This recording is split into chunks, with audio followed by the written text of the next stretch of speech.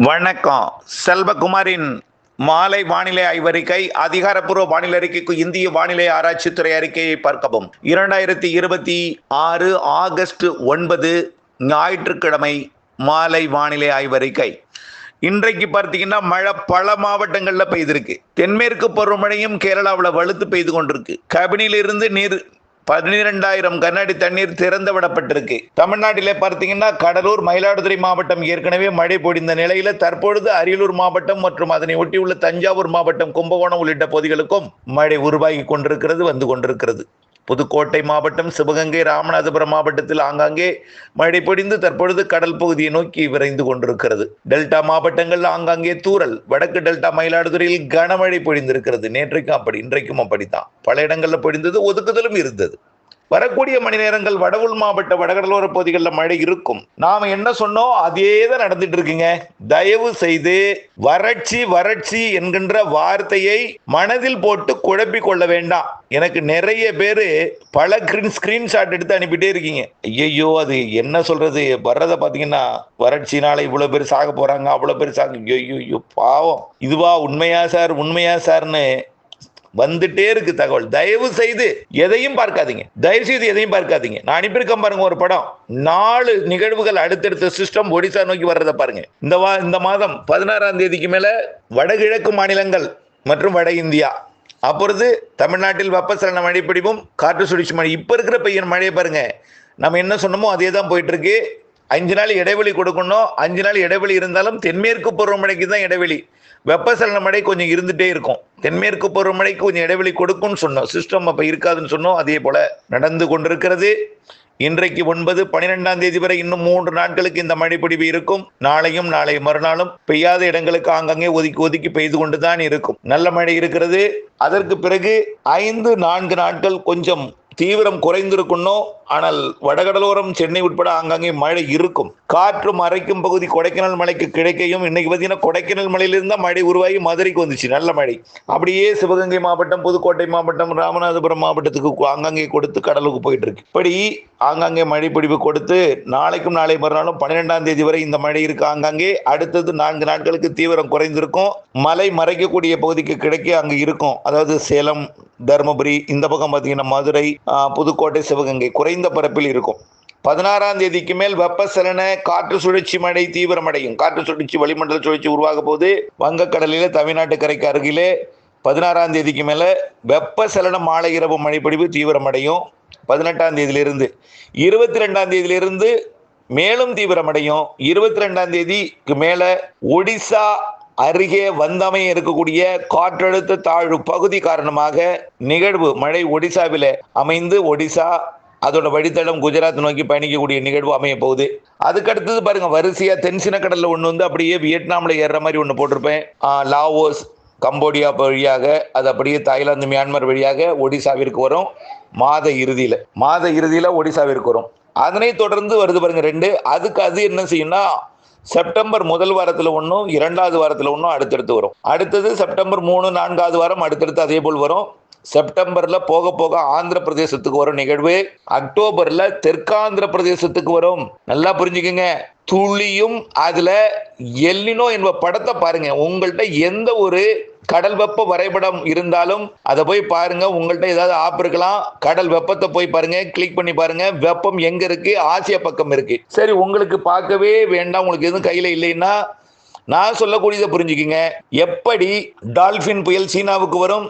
America வெப்பம் உயர்ந்தால் அமெரிக்க பக்கம் தானே புயல்கள் உருவாக வேண்டும். அமெரிக்க பக்கம் வெப்பம் இருந்தால் அமெரிக்க பக்கம் தானே புயல்கள் உருவாகி அமெரிக்க பக்கம் தானே பயணிக்க வேண்டும். ஆசிய பக்கத்திற்கு எப்படி வரும்? ஆசிய பக்கத்தில் எப்படி இவ்வளவு தீவிரமடையும்? யோசித்து பார்க்க வேண்டும். 1 வார காலத்திற்கு சீனாவிற்கு வெள்ளப்பெருக்கை கொடுக்க போகிறது. 1 வார காலம் பாருங்க. ஏதாவது 1-2 அணைகளுக்கு கூட ஆபத்து இருக்கு சீனாவில். பார்த்துருங்க செய்திகள். இன்னும் ஒரு நாளையிலிருந்து வர தொடங்கும். 1 வாரத்துக்கு வந்துட்டே இருக்கும். சீனாவில் அங்க வெள்ளம், இங்க வெள்ளம், அப்படியே வந்துட்டே இருக்கும். செய்திகள் வந்தவண்ண இருக்கும். எப்படி டால்பின் வந்தது? அடுத்தடுத்தது 3 வரைபடம் காட்டுக்கு. நான் காமிக்கல, நான் போடல. நம்ம நீண்ட கால அறிக்கையில் சொன்னதா இப்போ மாதிரி காட்டப்படுது. ஏஐ மாதிரி காட்டுது. புரியுதுங்களா? நம்ம நீண்ட கால அறிக்கையில் சொன்னது முதல் மாதிரி இப்போ வந்திருக்குது. 4 மாதிரிகள் அடுத்தடுத்து வர்றது, 4 நிகழ்வுகள் வர்றது. உடனே அது சொல்லலாம், அது பசிபிக் மத்தியில் இருக்காது. அப்படியே சீனாவுக்கோ அது அப்படியே அது அப்படியே தைவானுக்கோ போகலாம் அப்படின்னு நீங்கள் நினைக்கலாம். நேரடியாக தென்சினக்கடல் வழியாக சீனாவை ஒட்டி முதல்லையும் மத்திய தென்சினக்கடல் வழியாக தாய்லாந்து வளைகுடா வழியாகவும் பிறகு அடுத்தடுத்த நிகழ்வு வங்கக்கடலுக்கு வரும். செப்டம்பர் அடுத்தடுத்த நிகழ்வுகள் காத்திருக்கு.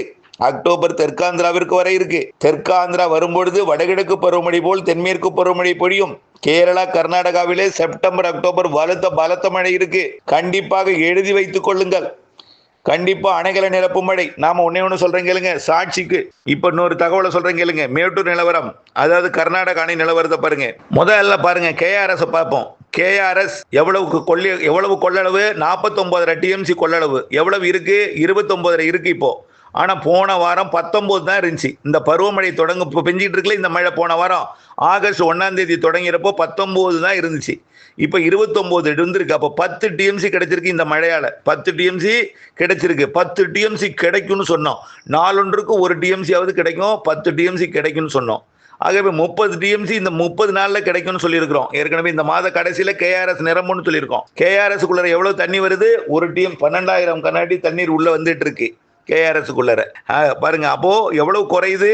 இன்னும் சரியாக 20 TMC குறையுது. 20 TMC 20 நாள்ல மாத இறுதியில KRS நிரம்புவதற்கு வாய்ப்பு. அதுக்கப்புறம் நிரம்பினா என்ன ஆகும்? நேரடியாக KRS தண்ணி மேட்டூருக்கு திறந்து விட்டே ஆகணும். சரி, அடுத்து ஹேரங்கியை பாருங்க. ஹேரங்கி தண்ணி KRSக்கு வரும். எவ்வளவு தண்ணி எவ்வளவு இருக்கு? 8.5 TMCக்கு 8.5 TMC ஃபுல்லாவே இருக்கு. எவ்வளவு தண்ணி வருது? 7,750. அதாவது 8,000 கனடி தண்ணீர் ஹேரங்கிக்குள்ள வருது. 8,000 கனடி அப்படியே திறந்து விடுறாங்க KRSக்கு. அப்போ KRSக்கு வரக்கூடிய தண்ணீர் என்ன இன்ஃப்ளோ? அந்த 12,000 என்பது 8,000 எங்கிருந்து வருது? ஹேரங்கிலிருந்து வர்றது. சரி, அடுத்தது ஹேமாவதியை பார்த்தீங்கன்னா ஏற்கனவே ரொம்ப மோசமா இருந்துச்சு தண்ணீர் மட்டம். இப்ப பாருங்க நல்லா உயர்ந்திருக்கு. எவ்வளவு? 37 TMCக்கு 30 TMC வந்துருச்சுங்க. இன்னும் 7 TMC தான் தேவை. 7 நாள்ல நிரம்பிடும். இல்லைன்னா 10 நாள்ல நிரம்பிடும். அதிகபட்சமா 15 நாள்ல ஹேமாவதி நிரம்பிடும். அப்ப ஹேமாவதி நிரம்பிட்டுனா ஹேமாவதில இருந்து 1 TMC, ஹேரங்கில இருந்து 1 TMC வரும். டெய்லி 2 TMC ஏறும். எது ஏறும்? KRS ஏறும். அப்போ ஹேரங்கி ஹேமாவதில இருந்து வரக்கூடிய தலா 1 TMC KRS ஏற்றும். அப்போ மாத இறுதியில KRS நிரம்புவது உறுதி. கபினியை பாருங்க. கபினி எவ்வளவு இருக்கு? கபினியை பொறுத்த வரைக்கும் முழு கொள்ளளவு 19.5 TMC. எவ்வளவு இருக்கு? 19 TMC இருக்குங்க தண்ணி. 1/2 TMC தான் குறையுது. 1/2 TMCங்கிறது எவ்வளவு? 6,000 கனடி 24 மணி நேரம் வந்தால் 1/2 TMC. எவ்வளவு வந்துகிட்டு இருக்கு தெரியுமா? 15,000 கனடி அணைக்குள்ளர வந்துகிட்டு இருக்கு. எவ்வளவு திறப்பு? 12,000 திறக்கிறாங்க. அப்ப எவ்வளவு அணைக்குள்ளர சேமிக்கிறாங்க? 15,000 வருது. 15,000 வருது. 12,000 திறக்கிறாங்க. அப்போ 3,000 சேமிக்கிறாங்க. அப்ப 2 நாள்ல கபினி முழு கொள்ளளவை எட்டிவிடும். அதனால வரத்து குறையறதுனால சேமிக்கும் முயற்சியிலையும் உபரி நீரை திறக்கும் முயற்சியிலையும் இருக்கிறாங்க.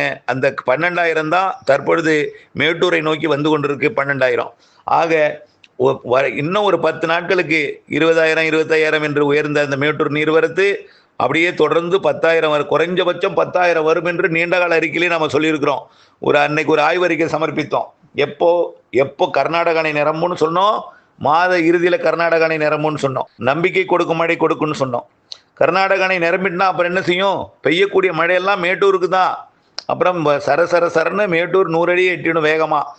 செப்டம்பர் மாதம் முதல் வாரம் 2வது வாரத்துல நல்ல மட்டத்தை எட்டும். புரியுதுங்களா? ஆகவே தயவு செய்து இதெல்லாம் புள்ளி விவரம். ஒரு TMCன்னா எவ்வளவு, எவ்வளவு கேட்ச்மெண்ட் ஏரியா எங்க இருக்கு, எந்த கேட்ச்மெண்ட் ஏரியால எவ்வளவு மழை பெய்யும், இங்க மழை பெஞ்சா எங்கே வரும் தண்ணி, இது எவ்வளவு நாள்ல நிரம்பும், வானிலையோட சேர்ந்து அணைகள் நீர்பிடிப்பு பகுதியிலையும் கணக்கில் எடுத்து எவ்வளவு மழை எங்கிருந்து பெஞ்சா எவ்வளவு வரும், எப்போ நிரம்பும், இந்த கால்குலேஷன்லாம் போட்டு நம்ம முன்கூட்டியே சொல்லியிருக்கிறோம். ஆகவே தயவுசெய்து பொறுத்திருங்கள். நல்ல மழை காத்திருக்கிறது. தயவுசெய்து பொறுத்திருங்கள். இந்த மாத 18ஆம் தேதிக்கு மேல வலுப்பெற்று மாத இறுதியில் மேலும் வலுப்பெற்று செப்டம்பர், அக்டோபர், நவம்பர், டிசம்பர், ஜனவரி. செப்டம்பர், அக்டோபர் இது ரெண்டும் தென்மேற்கு பருவமழை அக்டோபர் 18 வரைக்கும். வடகிழக்கு பருவமழை போலவே செப்டம்பர் இறுதி அக்டோபர்லாம் இருக்கும். அக்டோபர் 18 இருந்து வடகிழக்கு பருவமழை. நிறைய மழை, சிறு நிகழ்வும் வலுவான மழை. திரும்ப சொல்றோம். தயவு செய்து இந்த எல்னினோங்கிறத என்னகிட்ட தயவுசெய்து சொல்லாதீங்க. நம்ம ஃபார்முலா வேற. பொறுத்துருங்க. உண்மை புரிய வரும். பொறுத்திருங்கள். செப்டம்பர் எப்படி அமைய போகிறது, அக்டோபர் எப்படி அமைய போகிறது, நவம்பர், டிசம்பர் இன்னும் அதிகமான ஒரு மழைப்பொழிவை கொடுக்க போகுது. மழை நீரால் அச்சுறுத்தல் தான் இருக்குமே தவிர வறட்சி என்கின்ற பேச்சுக்கே இடமில்லை. ஆனால் வரக்கூடிய நாட்களில் கொஞ்சம் வெயில் உயரும்னு சொல்லியிருக்கிறோம். ஏன்னா சூரியன் குத்துக்கதிர் தமிழ்நாட்டுக்கு வரப்போகுது. ஆகஸ்ட் 17லேருந்து செப்டம்பர் 2 வரைக்கும் தமிழ்நாட்டில் இருக்கும். அதனால வெயில் உயரும். அப்போ தென்மேற்கு பருவமழை தீவிரம் இல்லாமல் இருக்கிறதுனால வெயில் வெயில் அதிகமாக உணரப்படும். அதனால கவலைப்படக்கூடாது.